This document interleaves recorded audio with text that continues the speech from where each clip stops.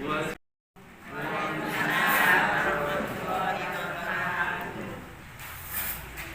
membaca surat Al-A'raf ayat 13 sampai dengan 15. A'udzu billahi minasy syaithanir rajim. Bismillahirrahmanirrahim. Qala fahbit minha fama yakuna laka an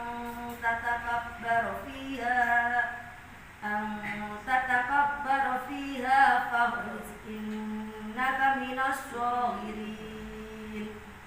Qala anzirni ila yaumi yub'atsun. Qala innaka minal munzirin. Artinya, Allah berfirman, maka turunlah kamu darinya surga, karena kamu tidak sepatutnya menyombongkan diri di dalamnya. Keluarlah, sesungguhnya kamu termasuk makhluk yang hina. Iblis menjawab, berilah aku penangguhan waktu sampai hari mereka dibangkitkan. Allah berfirman, benar, kamu termasuk yang diberi penangguhan waktu. Shadaqallahul azim. Maha benar Allah atas segala firman-Nya dan Allah Maha Agung. Akhirnya, assalamualaikum warahmatullahi wabarakatuh. Kita akan membahas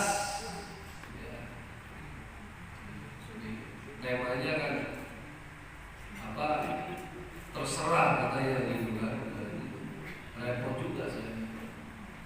Temanya tentang wanita atau umum, ternyata temanya umum. Karena kalau temanya tentang wanita, saya rencana mau bikin tema tentang Ummahatul Mukminin, istrinya Rasulullah yang disebut sebagai Ummahatul Mukminin, ibunda bagi orang-orang yang beriman. Masa ibunya sendiri nggak kenal gitu kan? Ada berapa tuh istrinya Nabi? 11 atau 9? 13.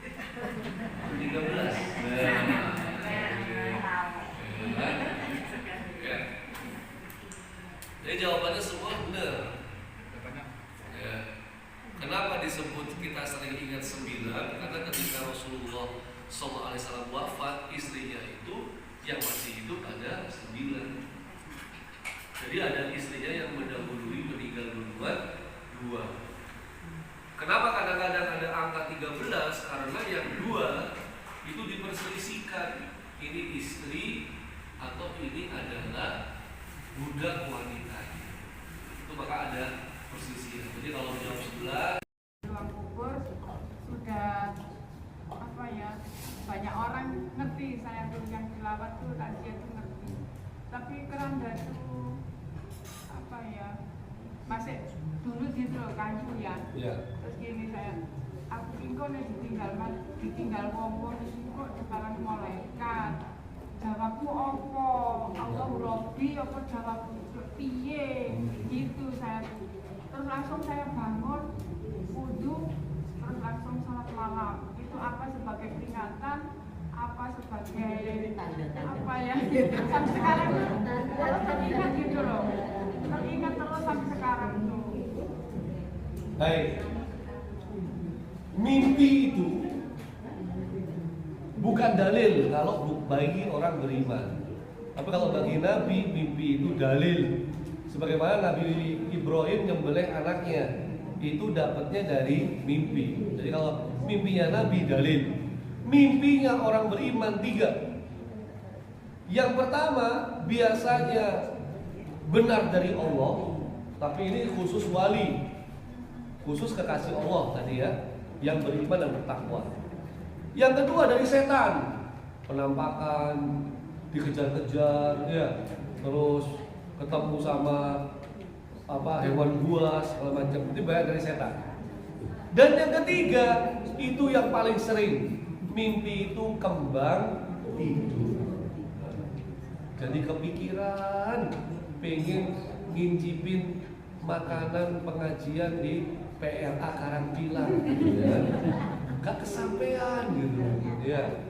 Akhirnya ke bawah mimpi. Nah, nanti ibu bisa ngecek apakah mimpinya kita itu dari Allah, dari setan, atau dari kebelang tidur. Ya, tapi yang jelas kalau punya dapat mimpi seperti itu, Bu, yang jelas kita perlu banyak bersyukur. Kenapa? Berarti kita memang diperingatkan.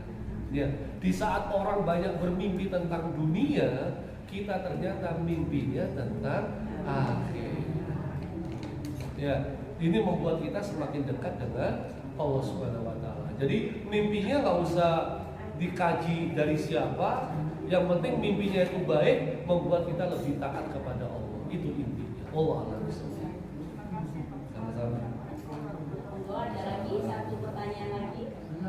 Ya, monggo. Oh siap. Ustaz, Iya. Rasulullah pernah ke Taif. Oh iya. Apakah pernah ke Indonesia juga? Oh. Atau ke Surabaya, Pak? Oh iya. Sepanjang hidupnya Rasulullah SAW, dari lahirnya sampai wafatnya, beliau nggak pernah naik kapal, nggak pernah lihat laut. Kalau pesawat kan nggak ada, belum ada ya. Jadi beliau itu hanya lahir, dakwah dan wafat itu di tanah Arab saja. Ya. Jadi jangankan Rasulullah, para sahabat-sahabatnya belum pernah ada yang sampai ke wilayah Nusantara. Paling dekat itu wilayah Barus namanya. Wilayah Barus itu masih kurang lebih 400 km dari Pulau Sumatera. Ya. Maka para sahabat juga tidak pernah sampai di wilayah Nusantara. Ada yang nyeleneh mengatakan Nabi Sulaiman itu dari Jogja. Kenapa? Namanya Sulaiman, Sleman. Wah, ya, ini botak ganik kan. Ya, jadi beliau nggak pernah, tapi dakwah Islam sampai ke sini itu melalui ulama-ulama, melalui dai-dai yang memang punya tugas untuk mensiarkan Islam sampai ke seluruh penjuru dunia. Maka kita bersyukur Islam sampai ke Nusantara sejak abad ke-7. Jadi tahun 700-an Masehi itu dari ulama-ulama dari Mekah. Wallahu a'lam bishawab. Terima kasih. Sama-sama. Cukup. Harapan kami dalam pengajian ini kan berada di Masjid di Musola Istiqomah. Harapan kami, insya Allah semua ibu yang ada di sini akan berusaha untuk istiqomah dalam melaksanakan aktivitas religi. Insya Allah semua setuju dengan pendapat. Iya, lupa saya. Istiqomah kok ya pas namanya. Meskipun dalam raut muka yang capek, ngantuk, di sana sini ada yang desas-desis main HP dan sebagainya, tapi tetap eksis di sini. Terima kasih Ustaz untuk